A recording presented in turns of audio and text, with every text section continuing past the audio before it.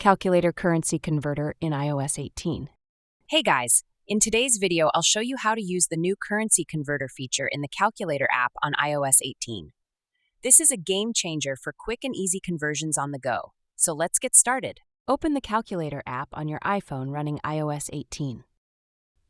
Here, switch to conversion mode by tapping on the calculator icon at the bottom left corner and toggle the conversion on. Now select currencies. Tap on the currency drop-down menus. Choose the currencies you want to convert between, like USD to Euro. Next, enter the amount.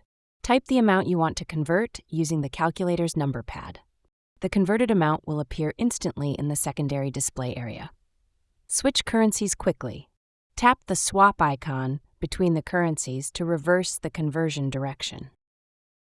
Ensure your device is connected to the internet so the app can fetch the latest exchange rates automatically.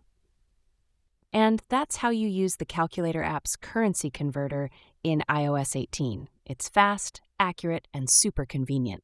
If you found this video helpful, make sure to like, share, and subscribe for more iOS tips. Thanks for watching, and I'll see you in the next video.